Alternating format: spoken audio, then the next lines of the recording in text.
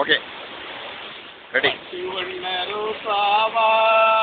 பார்த்த கண்ணு மூடாத பாப்ப என்னும் நீரரசி ஆசையில நான் வளர்த்து அள்ளி வச்ச வேளையில முள்ளிருந்து பட்டுதம்மா பட்டாலும் குற்றமில்ல பாவம் இந்த பூவுக்குள்ள